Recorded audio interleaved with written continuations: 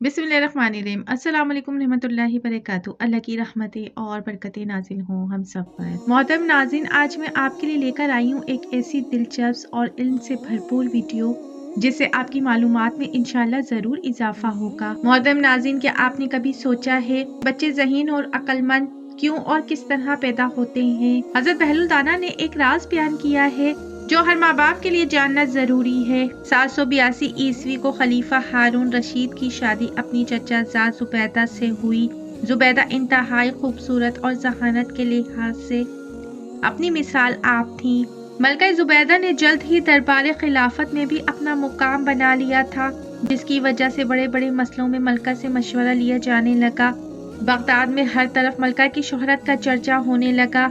ये वही मलका जुबैदा बिनते जाफर है जिसने अहले मक्का के दरपेश मसाइल और पानी की किल्लत को देखा तो इसने मैदान अरफात और शहर मक्का को पानी पहुंचाने के लिए एक नहर बनवाई जो बाद में नहर जुबैदा के नाम से मशहूर हुई। शादी के 5 साल बाद यानी 787 ईस्वी में अल्लाह पाक ने खलीफा हारून रशीद और मलका जुबैदा को एक बेटा अता फरमाया जिसका नाम अमीन रखा गया।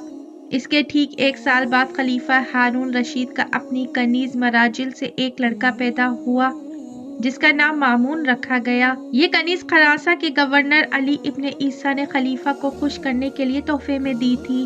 मामून की पैदाइश के चंद माह बाद ही इसकी माँ यानी कनीज मराजिल अपने खालिक की हकीकी से जा मिली।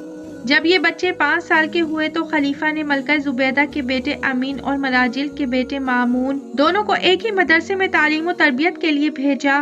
कुछ सालों बाद खलीफा अपने खास वजीरों को लेकर अपने बच्चों के मदरसे की तरफ इनसे मिलने के लिए गया।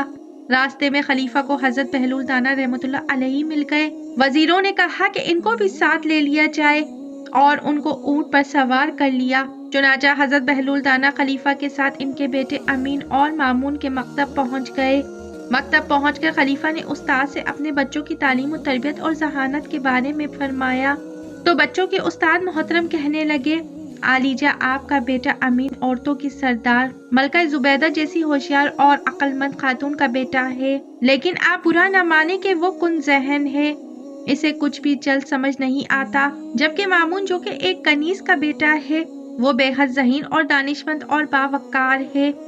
खलीफा कहने लगा, हैरत है, दोनों मेरे ही बेटे हैं लेकिन दोनों की जहानत में इतना फर्क ये कैसे हो सकता है? तुम्हें बगैर सबूत के इतनी बड़ी बात नहीं करनी चाहिए। तुम ये बात किस तरह कर सकते हो?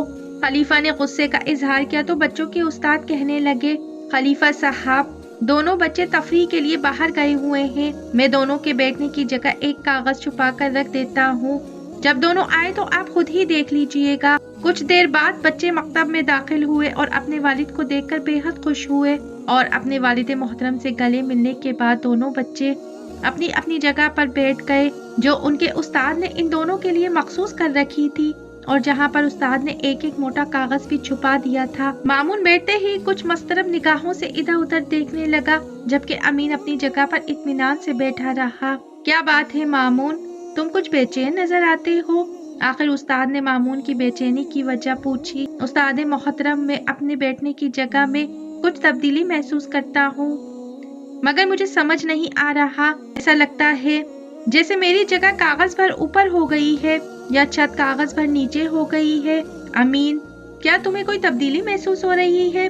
नहीं उस्ताद मोहतरम, अमीन ने जवाब दिया।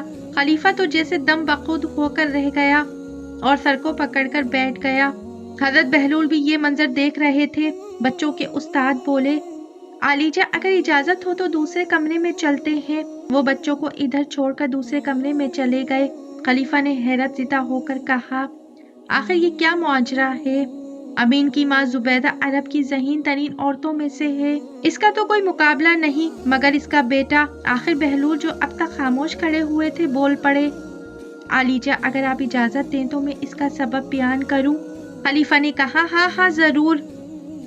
सब लोग बहलुल दाना की तरफ मुतवज्जा हुए। औलाद की दानिशमंदी और जहानत के 2 बड़े सबब होते हैं। खलीफा दिलचस्पी से हजरत बहलुल की बात सुनने लगा। औलाद की जहानत, फुर्ती और दानिशमंदी का पहला सबब ये है कि तहूरियत और मर्द के दरमियान फितरी रग़बत और ख्वाहिश हो। تو ان کی اولاد ہوشیار، ذہین اور دانش مند ہوتی ہے۔ دوئم سبب یہ ہے کہ عورت اور مرد مختلف خاندان سے ہوں تو ان کی اولاد میں عقل اور دانش مندی کی فراوانی زیادہ ہوتی ہے۔ خلیفہ جلدی سے بولے، اس کی کوئی دلیل ہے تو بیان کرو، بنا دلیل کے میں یہ کیسے مان لوں؟ خلیفہ نے بہلول سے وضاحت طلب کی۔ اس کی مثال درختوں اور جانوروں میں نظر آتی ہے۔ حضرت بہلول دانا نے وضاحت بیان کرنا شروع کر دی۔ اگر بھل کے درخت میں کوئی دوسرے بھل کے درخت کا پیوند لگا دیا جائے تو نہایت لذیذ اور عمدہ پھل پیدا ہوتے ہیں۔ اسی طرح گھوڑے اور گدھے کے ملاپ سے خچر پیدا ہوتا ہے جس کی ہوشیاری، پھرتی اور طاقت کا جواب نہیں۔ اب علی جاں ہم سمجھ سکتے ہیں کہ امین میں جو ذہانت کی کمی محسوس ہوتی ہے اس کی وجہ اس کی والدہ اور آپ کی رشتہ داری ہے، جبکہ مامون کی ماں دوسرے قبیلے سے تعلق رکھتی تھی۔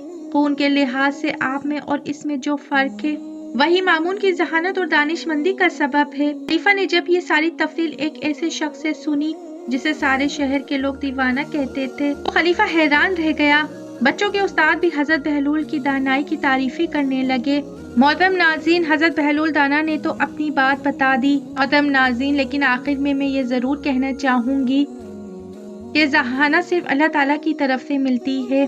اگر اللہ تعالیٰ چاہے تو بچوں کو ذہین اور عقل مند بنا دیتا ہے۔ جو اللہ تعالیٰ کی رضا ہوتی ہے وہی ہماری رضا ہونی چاہیے۔ محترم ناظرین، کمنٹ باکس میں اپنی رائے کا اظہار ضرور کیجیے۔ ویڈیو اچھی لگی ہے تو ویڈیو کو لائک، شیئر، سبسکرائب کیجیے۔ بیل آئیکن پہ ضرور کلک کیجیے تاکہ میری آنے والی ویڈیو کا نوٹیفیکیشن بر وقت آپ کو ملتا رہے۔ خوش رہیے، اپنا بہت سا خیال رکھیے۔ زندگی رہی تو پھر ملیں گے معلوماتی ویڈیو کے ساتھ۔ اللہ حافظ۔